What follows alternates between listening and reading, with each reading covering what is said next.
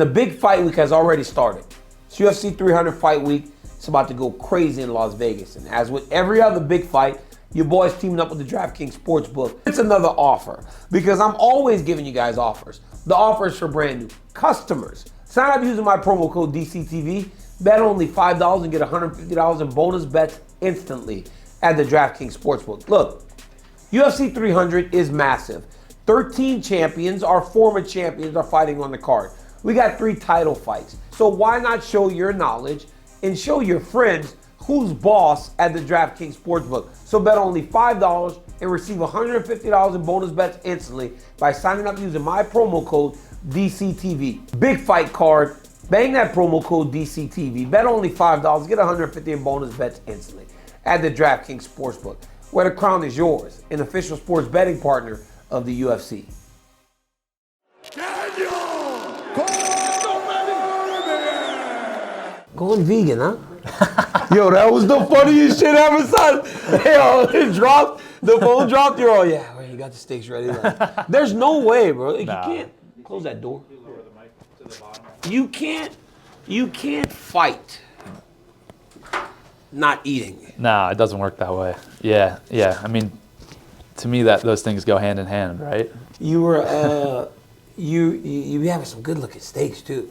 Thanks, bro. Yeah, I work on it. It's a craft, right? It's like the same as fighting, trying to perfect it. And when you cut them nice and slow. Like, you don't just kind of chop the meat. You cut a nice slither, and then you can see the nice pink cook the right way. Yeah, you do. You got to do it right. You kind of done everything right a little bit. Like, you figured it out. You figured it out. It's a science, I think for me, it's attention to detail and, watching videos, studying, seeing what people do that works out and stuff. But I think that's just something I enjoy. So, yeah.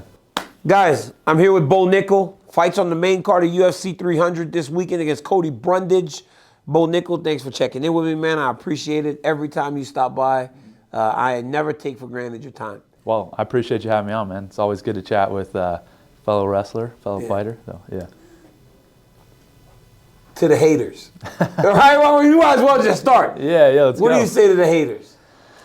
Man, it's funny because the hater thing, I definitely, if you're paying attention at all, you can kind of see people get upset. They don't like that I'm getting pushed. They don't like how fast I'm getting to where I'm going. And I feel like what happened it happened in wrestling and will happen in fighting the same is these people will realize, a little later than some other people that I was just that guy, Mm-hmm. And when I mentioned, when I got to college in wrestling, I was the same person, but nobody knew me. And who's this guy from Texas? Why does he think he could wrestle, this and that? And then, the matches piled up and the wins piled up, and now, they even Iowa fans or whatever, Oklahoma State fans can appreciate.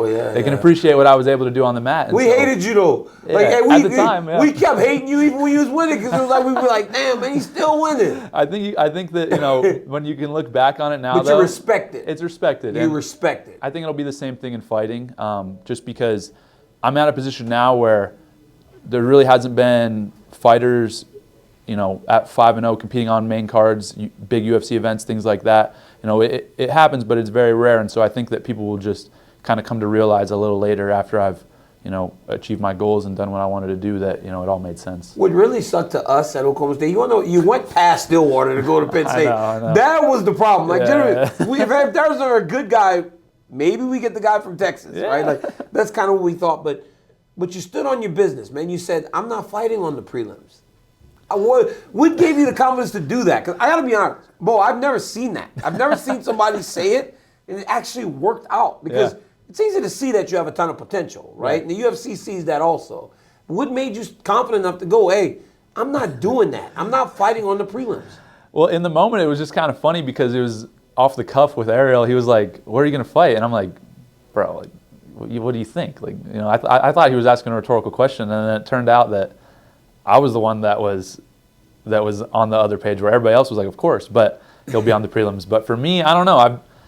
I was just always the main event in my mind, and in wrestling, that was like the NCAA tournament. I was 2 out of my 4 years competing. I was the last match of the night, and always one of the most watched guys and stuff. So I think that was just kind of my expectation and my assumption. And now I definitely have a different view on it now because understanding the game, understanding the sport. I think being put on the main card is obviously a big deal, but I also understand there's the business aspect of it where I guess two parts. One, I get paid the same whether I'm the first fight or the last fight. Yep, for sure. So it's not really that big a deal to me. Like a lot of people were upset, but for me, I'm like, I'll fight wherever. Like it doesn't really matter. But two, the UFC is, like, at the end of the day, they're just trying to sell pay-per-views. So it's not my call, it's their call, and they're doing what's going to sell. You obviously bring something to it. Right. Cody Brundage, right? He's a wrestler, right? Obviously, he doesn't wrestle at the level that you do. Do you feel like this is the logical next step? And was this the guy that they offered you right away, or was there someone else? This was the first guy they offered me, and I felt like it made sense. You know, I think he's a little bit of a step up in competition for me relative to my other opponents, which is what I'm trying to do. Every single fight I want to have a step up and compete against better and better guys. And also, as you mentioned, he's a wrestler, has collegiate wrestling experience, so that presents a new problem for me that I'll have to solve. But I feel prepared and ready to go, and yeah, I'm just excited to perform. You know what's crazy is that people will want to question, well, what does Bo do when a guy can defend takedowns? Right. There's not going to be many that can defend takedowns. And that's kind of like with me. I was, what if Daniel can't wrestle? I'm like, I'm going to take this guy down. Yeah. It's a matter of if I can hold him down, right? Yeah. That's a different thing. But he's getting taken down. Right. What do you think happens when you can't get the takedown on first attempt? Yeah, it's a great question. I think that for me, a lot of those answers have already come in training. I'm training with really tough guys, really high-level guys that have experienced, MMA at the absolute pinnacle, right? Guys like Marvin Vettori, who's fought for the belt. Guys like Johnny Eblen, who's he's good, a champion. So these guys are the guys that I'm training with every day, and obviously I'm not running through them, right? Like I'm meeting resistance, and that's something that I welcome and that I'm excited about. And so when I go into a fight, I don't question that, and I'm working on developing the entirety of my MMA game, right? Like if I try to win a fight with just wrestling, then it's going to be hard to beat the best guys, right? Like I have to develop these other skills, boxing, jiu-jitsu, Muay Thai, and so I'm putting a lot of time and effort into that. Val, right? Hey, bro, dog, what happened with Val? Like, why didn't Val move when you hit him? Were you surprised when you rocked him and he's just kind of standing there like that? You jump back, hit him again, he's still standing there. Were you like, what is happening? I was just like, honestly, at that point, after I hit him the first time, I don't know if it's like this for you in a fight, but it seems like everything slows down. He was just standing there kind of doing this. And I felt like I made about 30 decisions in that 1 second, and it was, all right, am I going to back off? Am I going to try to take him down? And then at that moment, it was just like, let the instinct take over. And that was the instinct that I had, was just knock him out. And so, boom, landed some more shots on him and put him out. I think that's just my natural instinct. If you watch my wrestling matches, it was go for the pin. It didn't matter if the guy was the number 50 guy or the number 2 guy, right? If I had an opportunity to finish him, then I did. That was like that had to be the best feeling, right? Isn't it? Yeah. Look, pinning somebody's great. I mean, I've never experienced pinning somebody in the NCAA tournament. Awesome. Yeah. It can't compare to that. When you put somebody out with your hands, because, I mean, when you hit Val with that second combination and he went down, you must have been like, oh my God, this is like something I've never experienced in my life. Yeah, it's for sure, you kind of compared it to a pin, and pinning the guy is great, but there's nothing like knocking a dude out. It's unbelievable. It's like, when your first fight with Stipe, you knocked him out, it's like you could just, that feeling, hit him on the chin. It's almost like you didn't hit him, right? Yeah, like because you don't feel it. You don't feel it when you actually hit him. Like when you're knocking a guy out, you don't feel it. You might hit the guy in the head and be like, crap, that hurt my hand. But when you hit him in the chin and they're out, it's like you didn't even hit anything. Yeah. But there's nothing really that compares to that. Every guy that fights you now goes, this guy's chosen by the UFC, and they're mad. Yeah. I'm going to put him in his place. What do you expect from Cody Brundage this weekend? Because he is also in that position, right, where they all carry a chip on their shoulders because they wonder, why not me? Right. What makes Bo Nickal different than me? Why does he get this? I'm only on the main card because I'm fighting him. He's got 5 fights. It makes them want to train harder, train longer. Sure. What do you expect to see in Cody Brundage? Because we can't think that he's the same guy that Cedric has beat. Right. Right? He's not going to be that guy. Yeah. But he's also going to be the guy that won his last fight, but he's going to be better. For sure. But what do you expect from him? Anytime I compete against somebody, I always expect their best, just because it's going to be a big opportunity for them. And, as you mentioned, I have a big push, and there's a lot going for me, and they want to take that, right? So I just expect people to be more motivated, and that motivates me even more because I feel like I am that guy, and these are my goals, and this is what I want to do, and he's trying to stop me from that. And so it's not personal or anything, but as much motivation as he has to take whatever I have, I just have that much more to stay on top. Do you look at a guy like Cody Brundage and go, I've got to find something that makes it a tad bit personal? Because it can't just be competition, right? When it's a fight. In a wrestling match, you and I can go out and compete against each other 100 times. Yeah. But when it's a fight, it has to have a little bit something more. Where do you, Bo Nickal, find that extra thing to make you go, this dude's trying to take food off my table with his fists? Right. Where do you find that from? Yeah, I think that it's mostly just in my competitiveness. I grew up in a very competitive environment. Both my parents were college athletes, and so it was never okay to lose at anything. And I think fighting is that, but heightened, right? Mm-hmm. Everything's heightened. Your senses are heightened. It's a bigger deal. The consequences are bigger.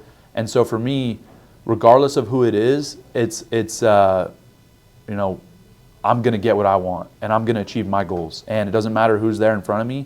And if you decide that, you are going to sign the contract and fight me, I almost take that as a little bit of disrespect. Yes. It's I know you're not that dumb, right? That's the thing, right? That's the one. I was wondering, where do you get it? It's that. Yeah. You have to have something, though. Right. Yeah. I'll say this, when I train, I'm training with my friends, right? Training partners. I can't hit them. I'll light, very light, but I can't turn anything over on them. And you don't want to do that to your training partners anyways. No. But I love these guys, and so it's I'm that much more excited to actually hit somebody as hard as I can, in a real fight, because I don't do that for the entirety of camp. Everything's pulled, and so now I have this random dude out here that had the audacity to sign up to fight me, and thinks he's gonna, and two, thinks he's gonna win. Mm-hmm. And so now it's all right, bro, let's do it then. Let's go. What is the expectation? What do you think that this fight looks like? Because this card, when it starts, by the time you guys walk to that octagon, people have already seen, 8 former champions. Yeah. They will be on fire. For sure.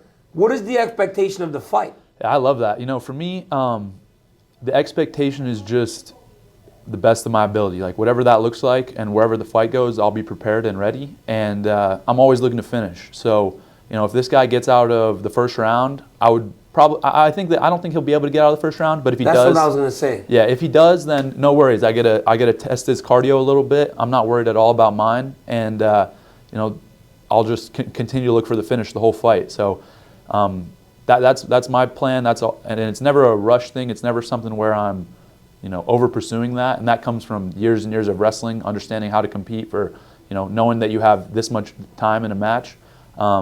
But I don't believe that he'll be able to last the whole fight. Jacob Malkoun was able to successfully take him down. Did you watch that? Yep. How much did you take from that?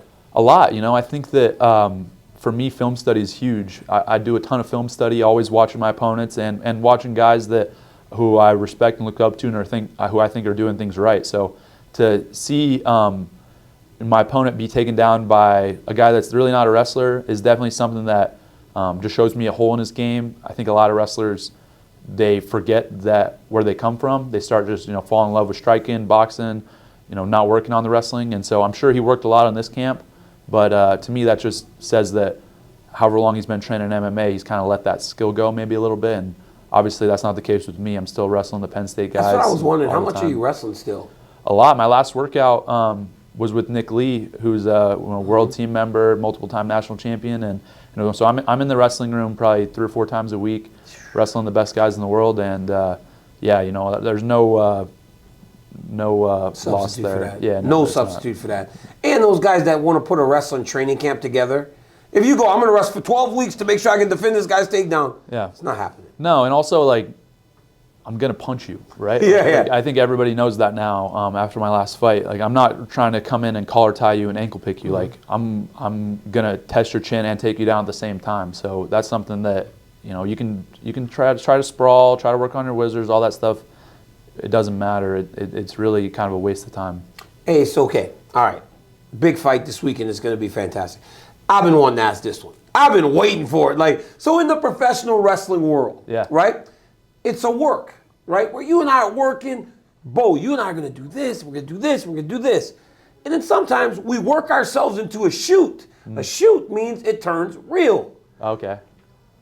The Jordan Burroughs thing. I knew this. Did you work yourself into a shoot? Like, were you serious, or were you kind of like working the public and then it turned into like a real thing? No, I was 100% serious. You know, for me, I love the pro wrestling, but I know you did. I asked him the question. He chose the answer the way he chose the answer. And to me, the way I took it was, this is Carter Strachey's moment. This is my brother, this is my teammate, it's my family.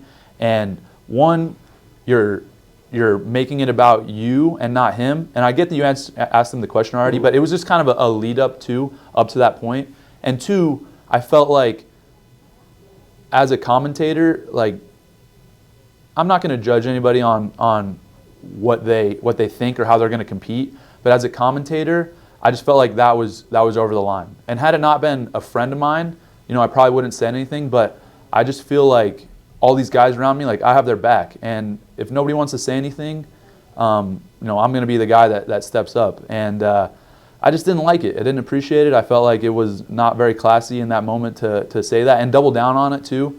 But it is what it is. You know, I feel like Carter obviously did. Yeah. Carter took offense to it too. Carter did too. And that's the thing for me too. Like I said, if it was just a random guy, whatever, like, it's not a big deal to me. But these guys are like my family. So anytime I feel like disrespect coming at a family member of mine, or I feel like, you know, somebody's coming at them, like, I'm going to be the guy that, like, puts that to rest. Like, no, like, that's not how we're going to do things.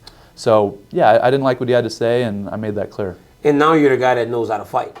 Right, so like, you can help him in more ways than before, because you know, before, when you just can wrestle, it really is different. It's different. Mm-hmm. So before I let you go, I got one question. How in the world has Kale convinced these guys that it's all just fun? It's not that fun, bro. Wrestling is not that. They're all like, well, coach just says to have fun. Right. It's like, fuck, it's hard. Yeah. It's like really hard. Like, but he's convinced you guys that it's just fun. Right. How's he done that? I don't know that I could even sum that up. I think that it's a combination of things. I think that we get kids who have a genuine appreciation and enjoyment for the sport. They seem to love wrestling. People, they love wrestling, but then there's a lot of guys that love wrestling and then get into college wrestling and lose that love. And I think that what Coach does is just, he creates an environment that we're not down in the dumps. It's just very positive, very uplifting. You know, if he comes to you and says that you're doing something wrong, it's because he wants to help you, and he makes that apparent. And it's to work and build, right? Like, we don't focus on the negatives. Like, you know, a guy might lose a match and it's on to the next. It's what can we do better and how can we improve? So I think that just that overall positivity really makes the environment actually fun, you know, outside of just like the sport, right? Like, you're just somewhere that you want to be. That's why I still go train there. Yeah. You know, obviously the wrestling's big, but I have fun when I go into practice and we're having a good time, right? Like, how often do you hear people say that? But it's genuinely fun for us. And I think that we just structure it. The Coach Kale just structures it a little differently, and he makes it that it's not this heavy grind of, you know, walking out with my head down. It's everybody's having a good time, fun. A lot of the work we do is like on our own, so it's, you know, you're up. It's up to you, like how much you're gonna do, things like that, and they just kind of meet you where you're at, which is unique in my opinion. I saw that in the mess and bring match when he kind of messed up the score and the timing. Yeah. They didn't yell at him or anything. Kind of just walked him off the mat, gave him a hug, told him good job. Yeah. That's crazy. Yeah, and that's just something that I think has been consistent, right? Like, they're always just there for you, and they want to help you achieve your goals, but it's kind of like, I think, you know, when you see a wrestling dad that wants it more than their kid, like, it just ends up negative. It really does. But with Coach Kale, like, and I think it can be the same with coaches, and I don't think he wants it any more than us. Like, he wants us to achieve our goals as much as we want to achieve it, right? So I think that it just kind of all aligns and works out, and like I said, again, it makes it more positive. What's he make it of fighting? Like, do you ever think that he'll come and watch you compete? I would love to have him come. You know, of course, it's tough with their schedule. They're always busy doing their thing. Like, we got Olympic trials next weekend, so they're prepping all the guys for that. But I would love to do a fight and have him come watch, even if I could do one at Penn State at Bryce Jordan Center and have him come. That would be cool That place too. So, always is packed. yeah, it would be great. I don't think he's ever been to one, so I don't know. One time John went, bro, and then I was like a kid again. Look, I won a world title, coach. Look, coach, like I did it. I won a world title. Like I'm like, grow the fuck up, I know, man. right? You know, like, Yeah. Jesus Christ. That's your coach, though. It's so embarrassing. I was so know. embarrassed. When I was done, I was like, I'm the world champ. Yeah. And I'm like pandering to this dude with the belt. Come on, man. That's Guys, funny. Bo Nickal competes this weekend. UFC 300 on the main card. So for all the haters, step back, because I don't know that he's ever going to be on a prelim. Takes on Cody Brundage at 185 pounds. Bo Nickal, you are not afraid to call somebody's name either. You're one of the only people that says Khamzat's name. I'm ready to go. So that's, to me, that's the fight to make. I think everybody knows it. People talk. I talk a lot about reputation, and I'm trying to build my reputation. He's a guy that's done a great job of building his, but we're gonna make that fight happen. And that don't scare you at all? No, I'm not afraid of anybody. So I'm just ready to compete. So if you're the best, that's who I want to fight against. That boy Bo Nickal's something else, man. Bo Nickal's fighting UFC 300 this weekend. Tap into everything Bo's doing. You got a YouTube channel, right? YouTube, yeah. Go to Bo's YouTube channel. Follow him on Instagram. X, formerly known as Twitter. I just learned how to say that. X, formerly known as that's Twitter. how it goes. Yeah, that's like that it. shit now. That's Nice. what you say. And everything that Bo Nickal's doing, man, tap into it. He's a phenomenal wrestler, mixed martial artist now, and he's going to fight this weekend on the biggest fight card of all time. Till next time, guys, like, subscribe, tell your friend to tell a friend that DC's got a YouTube channel. And I'm checking in with guys like Bo Nickal. Till next time, peace. Awesome. You're the man, Thank bro. you. Appreciate you. Good luck this week.